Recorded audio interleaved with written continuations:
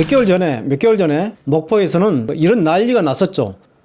목포시로부터 19억 원의 수의계약을 따낸 이 업체에 대해서 한 언론에서 특혜 의혹을 보도를 했죠. 그러자 다시 일부 지역신문에서 이 가짜 뉴스네 뭐니 해가지고 또 난리를 폈죠. 이 내용만 보고 있으면 뭐 같습니까? 곧 이 기자, 이 특혜옥 보도를 한 기자가 구속돼서 교도소를 갈 것 같고 뭐 그런 분위기 아니었습니까? 제가 그 당시에 이 방송을 통해서 얘기를 했었죠. 이 특혜 의혹 보도를 한 이 기사 내용은 아무런 문제가 없다. 공공의 이익에 부합하는 보도였다. 뭐가 문제냐? 제가 이렇게 당시 얘기를 했습니다.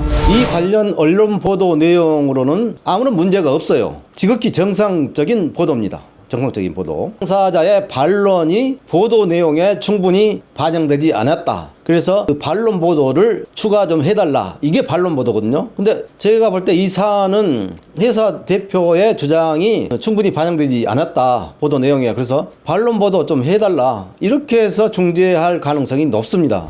결국 이렇게 됐어요. 반론 보도를 하기로 이렇게 결정이 됐습니다. 언론중재위원회에서. 그러면 이렇게 합의가 되면 어떻게 되냐? 더 이상 법적인 문제를 제기할 수가 없습니다. 무슨 얘기냐? 이 언론중재위원회에서 반론 보도를 한다는 것은 제가 말씀을 드렸죠.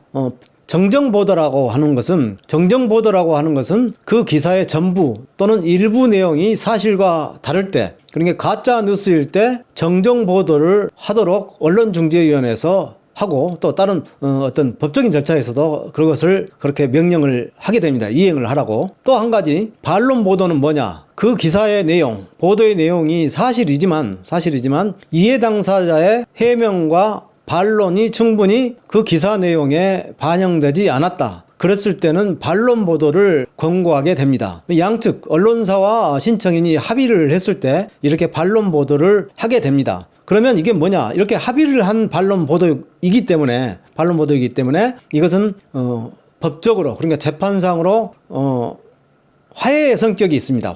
재판상으로 화해의 성격은 뭐냐? 이것은 확정 판결과 똑같은 효력을 갖게 됩니다. 즉, 이 사안으로는 법적으로 화해를 했고 합의를 했기 때문에 더 이상 민사상으로, 형사상으로 문제를 제기할 수 없게 되는 것입니다. 그렇기 때문에 형사 고소 경찰에 하고 그랬을지라도 언론중재위원회를 통해서 이렇게 반론 보도를 하기로 합의를 했고 반론 보도문이 해당 언론사에 실렸기 때문에 더 이상 이 사안은 끝난 거예요. 더 이상 어떤 것도 법적으로 제기를 할 수 없게 되는 겁니다. 이게 끝난 거예요. 제 예측대로, 제 전망대로 그렇게 됐지 않습니까? 무슨 천하대란이 일어난 것처럼 난리를 피우고 그러더만 결국 이렇게 허접하게 끝나는 거예요. 이 반론 보도를 통해서 어떻게 된 겁니까? 이 기사 내용은 사실이었다. 이 특혜 의혹을 제기한 것은 언론으로서 공공의 이익에 부합했다. 이렇게 결론에 이른 겁니다. 뭐가 문제냐고요? 뭐가 문제?